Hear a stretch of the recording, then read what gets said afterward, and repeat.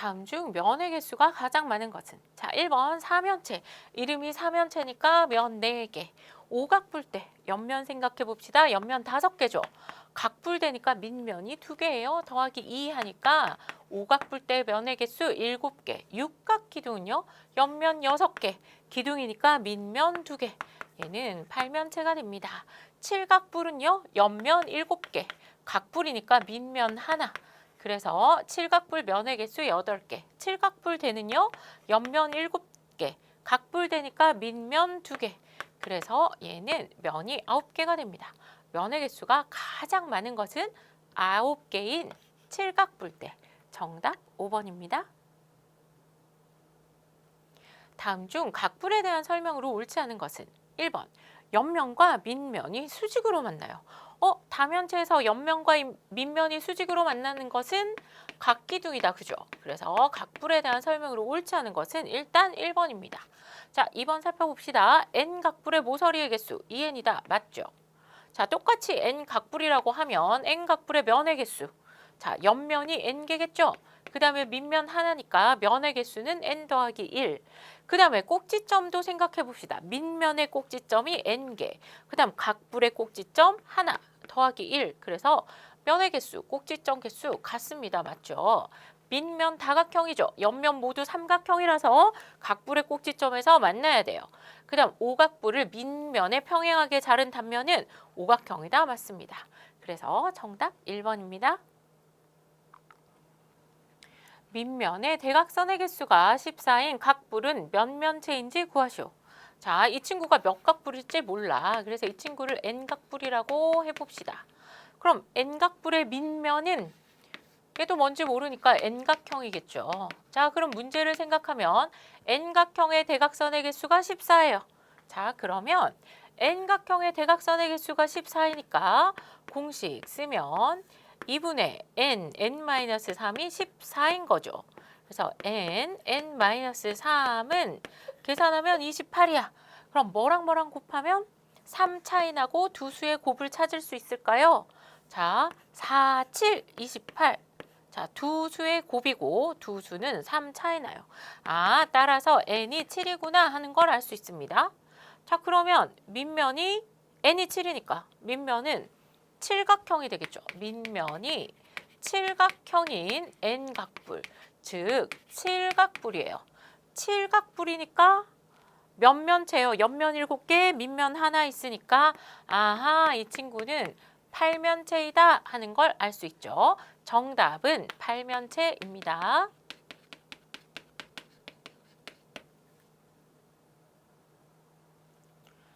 다음 조건을 모두 만족하는 입체 도형의 이름을 말하시오. 조건을 살펴보겠습니다. 가 12면체이다. 나 두 윗면이 서로 평행하고 합동이다. 다 옆면의 모양이 직사각형이다. 자, 이렇게 다각형으로 둘러싸인 입체 도형이니까 각기둥, 각불, 각불대 중에 하나구나 이런 걸 이해할 수 있겠죠. 자, 그럼 생각을 해봅시다. 그럼 그 중에서 조건을 한번 살펴봐요. 두 밑면이 서로 평행하고 합동이어야 되죠. 밑면이 2개가 있어야 돼. 그럼 누구 탈락이에요? 그렇죠. 각불은 아니구나. 밑면이 2개가 있어야 되니까요. 그러면 옆면의 모양을 살펴보면 누군지 정확하게 알 수 있겠죠. 옆면의 모양이 직사각형이에요. 그럼 각불대의 옆면의 모양은 어떻게 생겼어요? 그렇죠. 저 친구는 사다리꼴이니까 이 친구 탈락. 그럼 각기둥이 옆면 모양 직사각형인 거 우리 알 수 있어요. 그래서 몇 각기둥인지는 모르지만 이 친구 일단 각기둥이야. 그런데 12면체라 그랬어요. 각기둥의 면의 개수 어떻게 돼요? 옆면에다가 밑면 2개 더하면 되죠. 이게 12야. 12면체야. 따라서 n이 10인 걸 알 수 있죠. 그래서 이 조건을 모두 만족하는 입체 도형의 이름은 십각기둥인 걸 알 수 있습니다. 다음 정다면체 중 면의 모양이 정삼각형인 것을 모두 고르면 정답 3개입니다. 자, 생각해 봅시다. 정다면체는 면이 정삼각형, 정사각형, 정오각형 셋 중에 하나로만 이루어져 있죠. 정사면체의 면의 모양은 정삼각형이죠. 정육면체의 면의 모양은 정사각형입니다. 정팔면체의 면의 모양 정삼각형이죠. 정 12면체의 면의 모양 정오각형입니다. 정 20면체의 면의 모양 정삼각형이죠.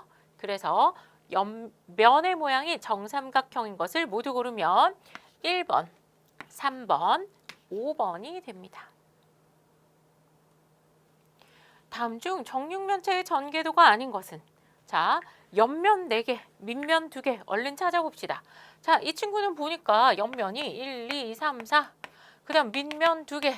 정육면체 만들 수 있죠? 1번 오케이. 2번 여기도 옆면 1, 2, 3, 4. 도르륵 말고 밑면 2개 따닥 하고 닫으면 정육면체 만들 수 있어요. 자, 그 다음 4번도 봅시다. 얘가 옆면 1, 2, 3, 4 돌돌돌돌 말아서 옆면 만든 다음에 자, 밑면 뚜껑 딱 닫고 아랫면 뚜껑 밑면 2개 딱딱 뚜껑 닫아주면 이 친구도 정육면체 만들 수 있죠.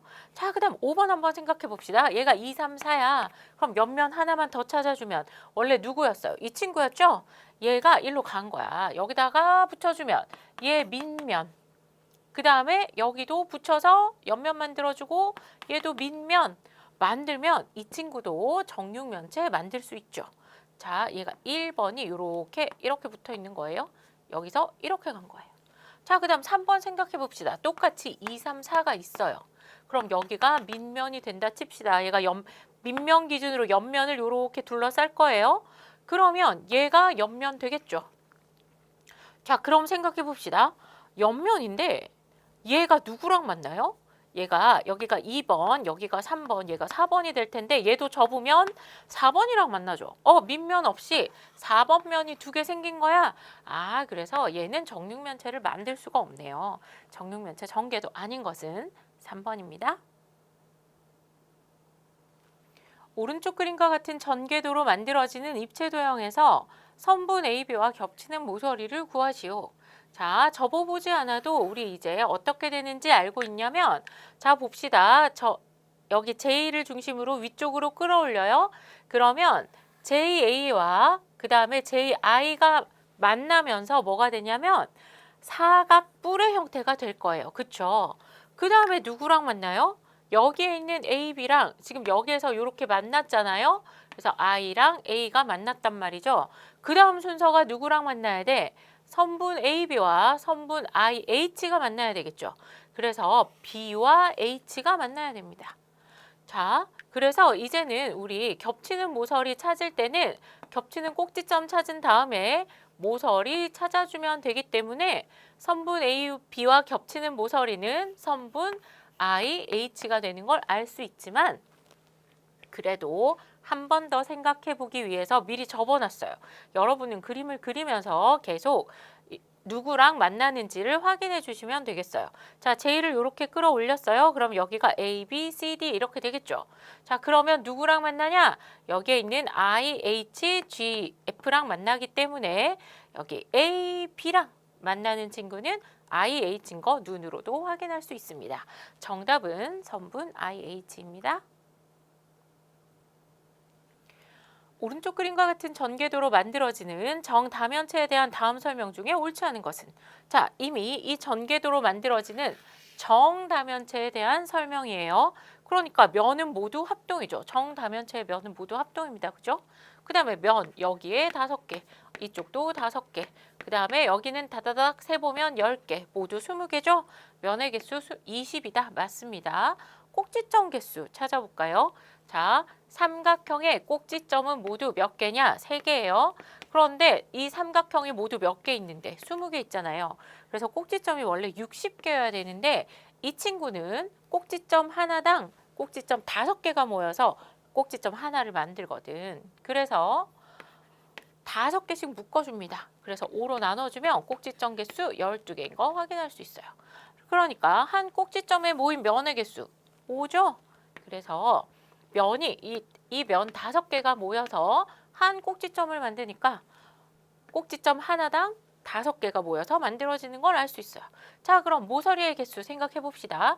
모서리 삼각형이고 모서리 3개씩 삼각형이 20개 있으니까 60개의 모서리가 만들어져야 되는데 한 모서리는 두 모서리가 만나서 이 모서리 하나랑 이 모서리 하나가 만나서 한 모서리가 생기는 거죠.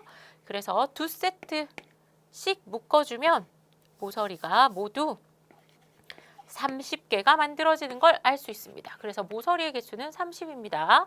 옳지 않은 거 정답 4번입니다.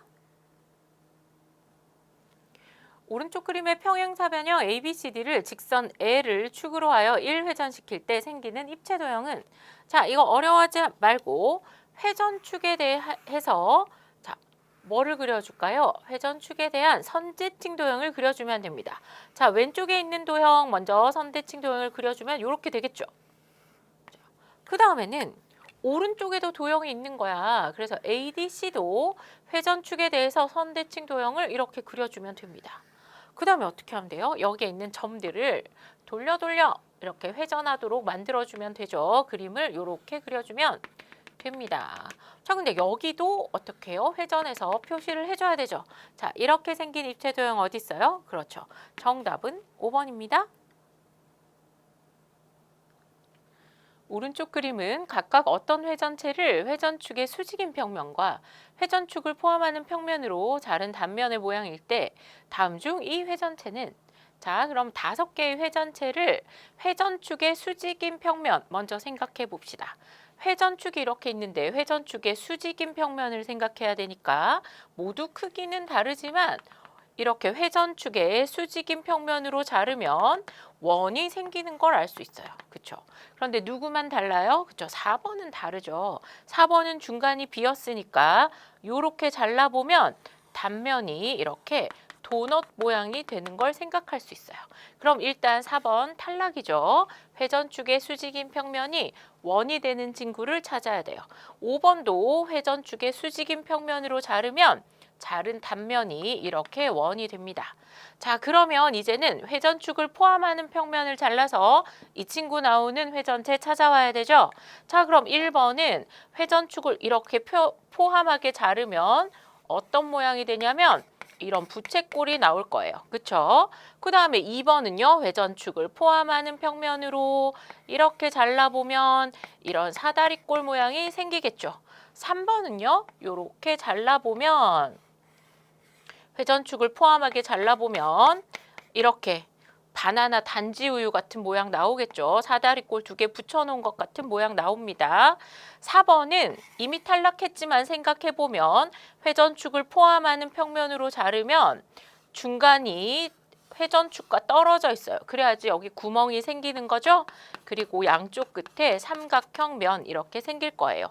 5번은 회전축이 포함하게 자르면, 자, 이렇게 모양이 생깁니다. 자, 그러면 회전축의 수직인 평면으로 자르면 원, 회전축을 포함하는 평면으로 자르면 이렇게 생긴 모양이 나오는 건 5번인 걸 알 수 있습니다. 다음 중 원뿔을 한 평면으로 자를 때 생기는 단면의 모양이 될 수 없는 것은, 자, 봅시다.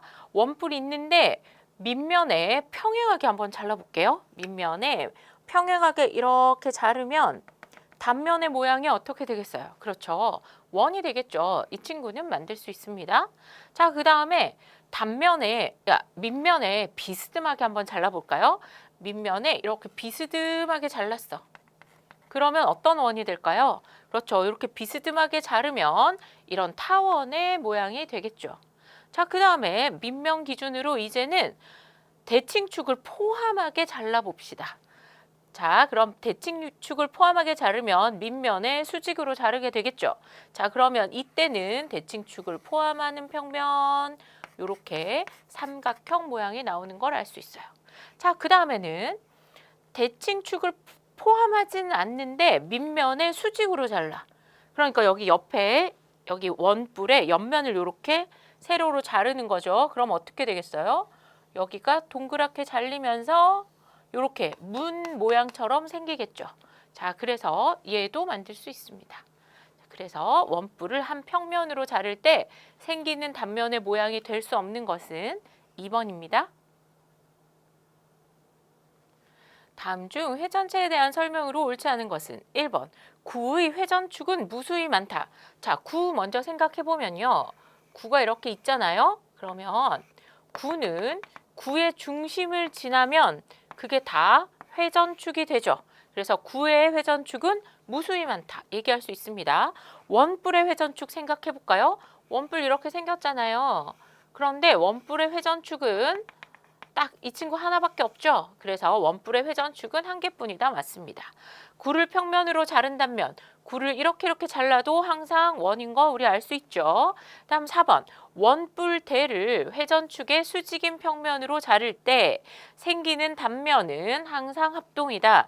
자, 그럼 여기 원뿔대가 있어요. 원뿔대가 이렇게 있다 합시다.